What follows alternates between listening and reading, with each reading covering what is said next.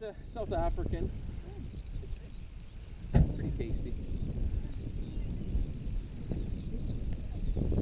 And you can even do this with it. Like the mass ice. Not bad, not bad. But I can't carry, they can't carry like so much on the top of their head. Does that mean you got a flat head? I mean, they have a hat with a magnet in it. No. Matches the inverse bubble in that. Yeah, exactly.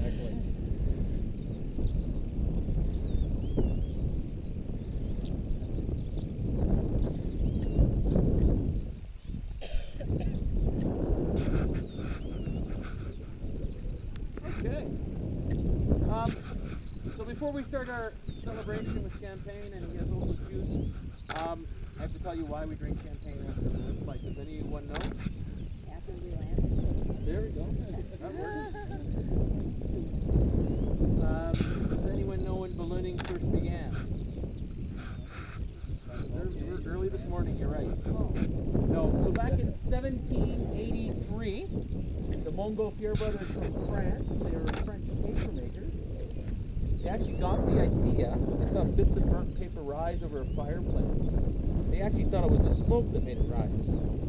So they had constructed a balloon and put a sheep, a duck, and a rooster in it. Believe it or not, it's a true story. These are the first passengers in a hot air balloon.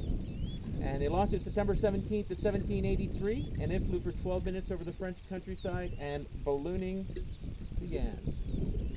And what happened to the sheep, duck, rooster, you ask? Breakfast. No.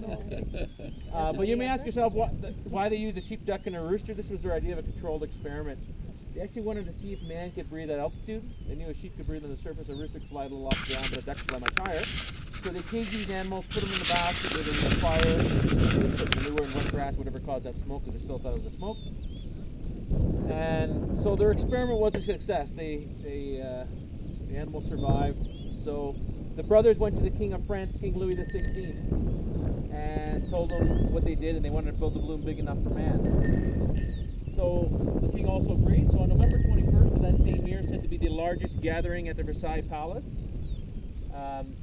the brothers had built a balloon big enough for man. So the king said, step on board and off you go. Well, the brothers had promised their father they would build the balloon but not fly in it. So the king said, not a problem, off to the gallows, get me some prisoners, we'll have a flight today.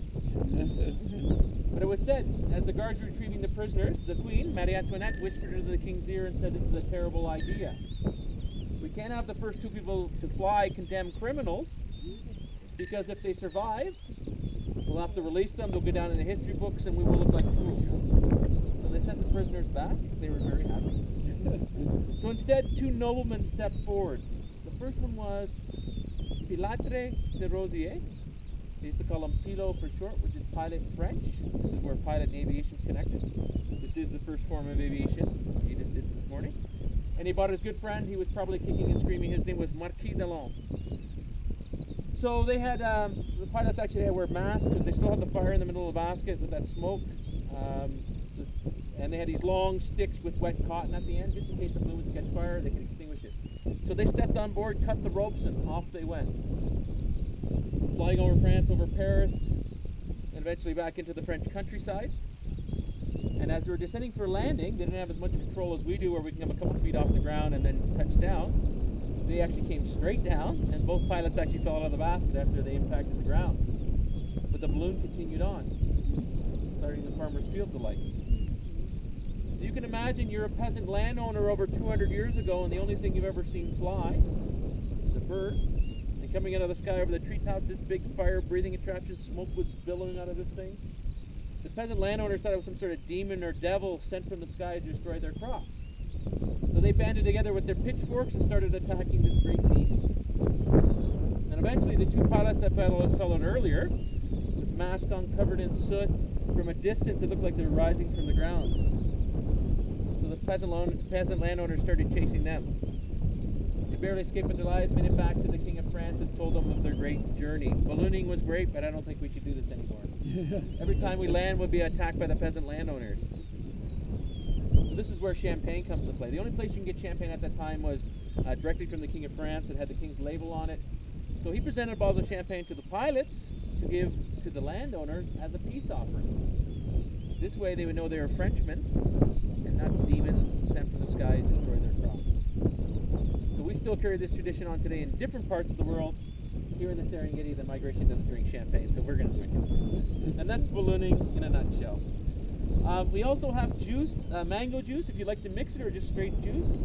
We call it a Serengeti sunrise if you like to mix it, or a mangosa instead of a mimosa.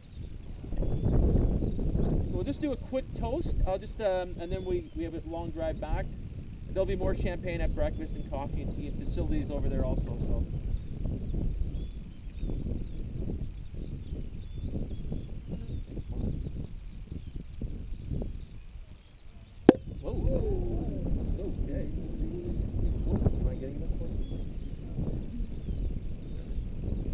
Start on this side. If you want juice, just let Freddie know. He'll take care of you. It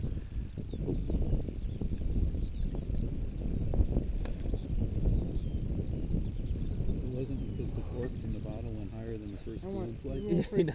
I want room for juice also, please. Okay, no problem. That'll come down. Also, if you want some.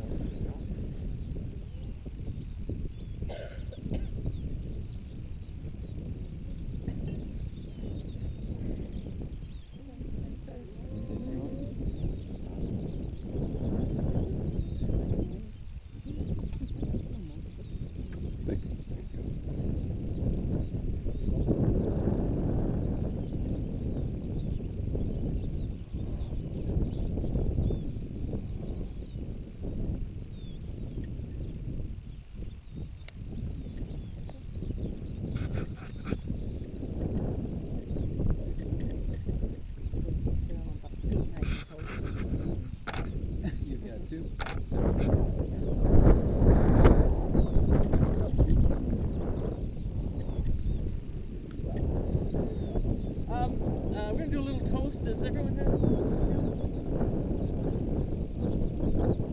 Before we do our toast, is anyone celebrating anything this week or last week? Any honeymooners?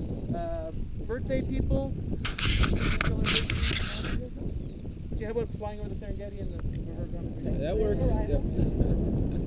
So we have a traditional toast. It's the Balloonist prayer, and it goes like this. The wind has welcomed us with softness. The sun has blessed us with its warm hands. We have flown so high and so well that nature has joined us in laughter and has given back again in the loving arms of Mother Earth. Instead of saying cheers here in Tanzania, we like to say Maisha Marefu, means long life. So, Maisha Marefu.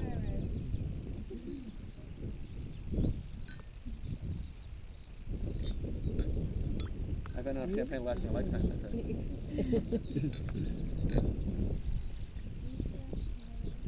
Maisha Marefu, yes. Very good. If anyone needs us to take pictures for you, no problem. We can do that.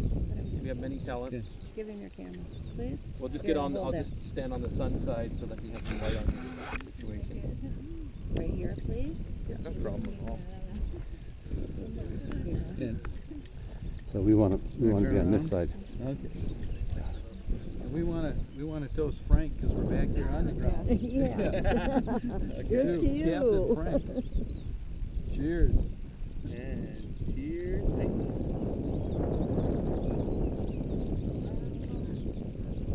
Thank you. For you. I'm sure it'll be fine. Anyone else need a picture?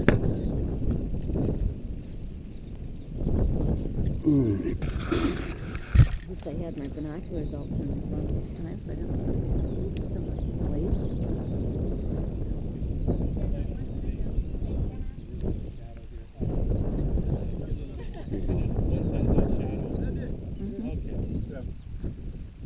Okay. Here it is. Good. And we need to get more of the four of us, but you're never in any.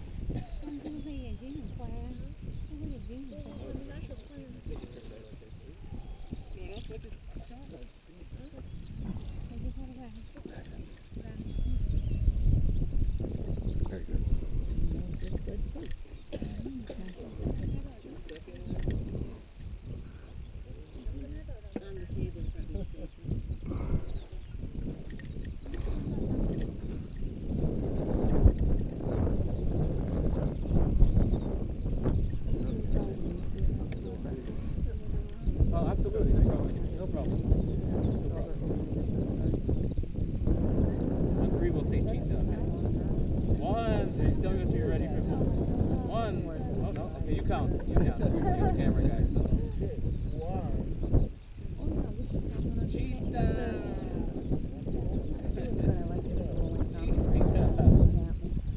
Thank you guys. Yeah. You want a picture? No problem.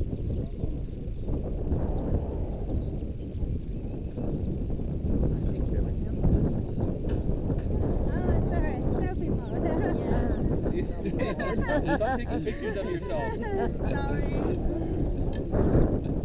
On three, we'll say cheetah. Okay, count us down.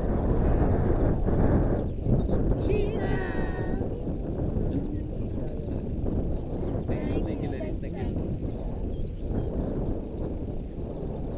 I enjoyed your commentary along the way. It makes me feel better when you turn what you're doing. Oh, that's great. They left some packages here for us. They fertilized all of the southern Serengeti for next year. I believe I heard once that all the balloon panels are hand sewn as opposed to machine sewn. They were, but they're all machine sewn now. Yeah. Yeah, it's quite intricate. I mean, it's fairly simple mechanics. A hot air balloon. You got a laundry basket, a big bag of hot air.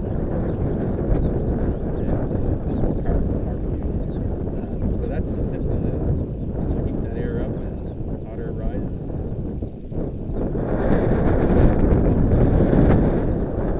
Follow the weather.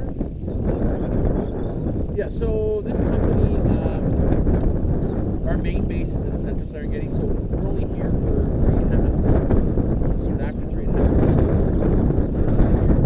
so our main base, a lot of people are flying in the central Serengeti, so they're not going to see any migration, but they have some resident animals like buffalo, lions, tigers, and then they also have a base. The company has a base in the western border, so summer season, yeah. So we try to move around, and there's a company also to the northern part of Serengeti, so they've basically got every corner covered as far as the balloons go. People want to fly in the balloon.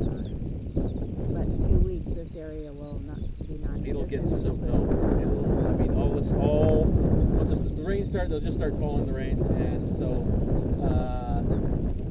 the north is basically this way.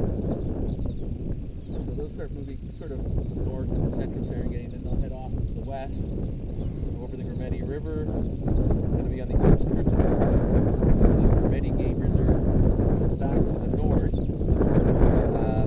cross over the Mara River. The Mara River is kind of half in Tanzania and half in Kenya, and then half will go across over to the Mara side, so they'll go back.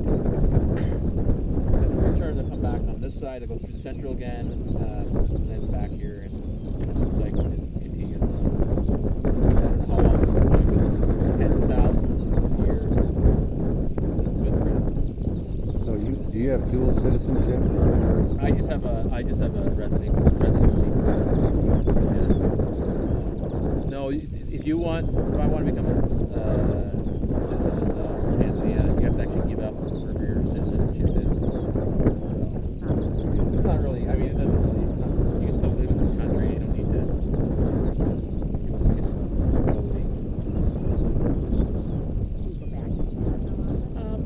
I was there in November. Yeah.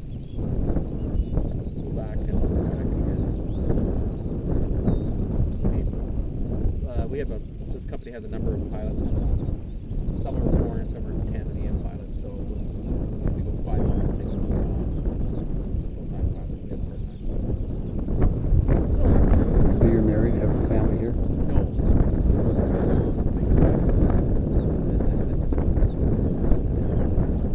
We live right in the park, so there's not much going on inside the park besides game drives and.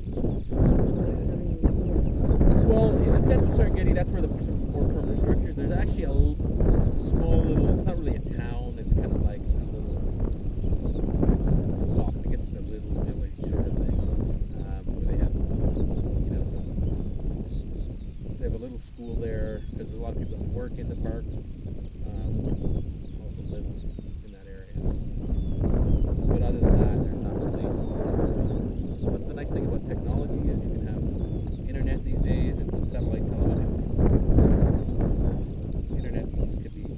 better, but it's so